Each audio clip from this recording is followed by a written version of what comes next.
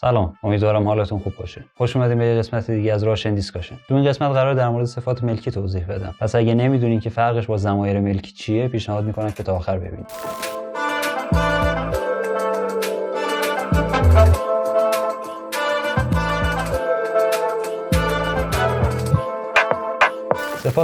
صفات ملکی هم مثل ضمایر ملکی مالکیت رو بیان میکنن و اتفاقا سوالاتشون هم با ضمایر ملکی یکیه، یعنی این 4 تاست. اما تفاوتشون در اینه که صفات ملکی از اسامی ساخته میشن. به عنوان مثال ماما، مامین، ناتاشا، ناتاشین، سستریتسا، سستریتسین، برات، براتов، князь، князев، собака، собачий، لیسا، لیسی. همونطور که دقت کردین برای ساخت صفات ملکی باید یک سری پسوند به آخر اسامی اضافه بکنیم. این دسته از صفات بر اساس پسونداشون به 3 دسته تقسیم میشن. دسته اول اونایی هستن که پسوند ای نرم و ان یا ای سخت و ان دارن که عمدتاً از اسامی خاص و عام مذکر و مؤنثی که به انسان اطلاق میشن ساخته میشن. دسته دوم صفاتی هستن که پسوند او، و یا ی و دارن و اونها مثل دسته اول ساخته میشن. و دسته سوم همونایی هستن که پسوند ی نر و ای کراتکای دارن و در اکثر اوقات از اسامی حیوانات و گاهی هم از اسامی که به یک شغل یا حرفه اشاره میکنن ساخته میشن. دقت کنید که اگه اسم ما خاص باشه، صفتی که ازش ساخته میشه همیشه با حرف بزرگ شروع میشه. حرف اولش بزرگه. نکته دیگه که خیلی باید بهش دقت بکنیم اینه که این نوع صفت‌ها هم از دسته وابسته‌های هماهنگن و شکلشون با توجه به اسم بعدشون انتخاب میشه. خب پس صفات ملکی دسته اول به این صورت تشکیل میشن. شکل‌های مفرد مذکر فقط همون پسوند ای نرم ان یا ای سخت ان رو دارن، به علاوه پایانه توهی که توی درس‌های قبل در موردش توضیح دادم. به آخر شکل‌های مفرد مؤنث کافیه که بعد از اون پسوند پایانه آ رو اضافه بکنیم. به آخر شکل‌های مفرد خنثی پایانه او اضافه میشه و به آخر شکل‌های جمع هم پایانه ای سخت. و این هم مثال‌های این صفات به همراه اسم. مامین، سین، پسر مامان، پسر مامانی، میتونیم بگیم حتی بچه ننه. پاپینا دوچکه، دختر بابا. ایرینینا کالتسو، حلقه ایرینا. کوریتسینیت سیپلیاتا، جوجه های مرغ. پس اگه اسم ما مذکر باشه شکلی که فقط پسوند ای نرم یا ای سخت و ان رو داره انتخاب میکنیم. اگه اسم ما مؤنث باشه صفت هم باید باهاش هماهنگ بشه و پایانه آ داشته باشه. اگه اسم ما خنثی باشه اون شکلی رو انتخاب میکنیم که آخرش او داره و در صورتی که اسممون جمع باشه صفتی با پایانه ای سخت رو میذاریم. خب دسته دوم صفات ملکی، اونهایی که با پسوند او و یا ی و ساخته میشن که اگه توی شکل مفرد مذکر باشه اوف یا یف میخونیمشون. پس برای شکل مفرد مذکر همون پسوند کافیه، پایانمون توی این حالت توهیه. برای شکل مفرد مؤنث پایانه آ رو اضافه میکنیم. برای شکل مفرد خنثی پایانه او رو اضافه میکنیم و برای شکل جمع پایانه ای سخت رو.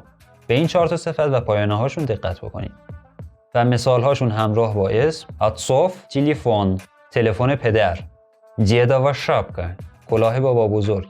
زیاته و پالتو، پالتوی دوماد. منظور از دوماد اینجا شوهر دختره به عنوان مثال. و ایگور ویسیناویه، پسران ایگور. و اما دسته سوم، توی این دسته برای شکل‌های مفرد مذکرشون همون پسوند ی نرم و ی کراتکای کافیه و لازم نیست کاری انجام بدید. اما توی شکل‌های مفرد مؤنث 2 حرف آخرشون تبدیل میشه به علامت نرمی و یا. توی شکل مفرد خنثی هم علامت نرمی و ی میگیرن و در شکل‌های جمع هم علامت نرمی و ی نرم رو میبینیم. به این 4 تا صفت دقت بکنید. و مثال‌هاشون هم به همراه اسم به این صورت میشه. در مورد آخر دقت بکنین که این صفت از اسم ریباک ساخته شده به معنای ماهیگیر. پس اگه هم اسمی بعد از صفت ملکی ما میاد به معنای اینه که اون چیز متعلق به ماهیگیره. صفت ما ملکی و خب طبیعتاً باید مالکیت رو هم نشون بده. نکته‌ای که تو این دسته از صفات باید دقت بکنین اینه که علاوه بر پایان کلمه، حروف پایانی خود اسم ما هم میتونه تغییر بکنه که معمولاً این تغییرات توی این حروف اتفاق میفته. حروف ک، ت و څ تبدیل میشن به چ. حرف خ تبدیل میشه به ش سخت و حروف د و گ تبدیل میشن به ژ.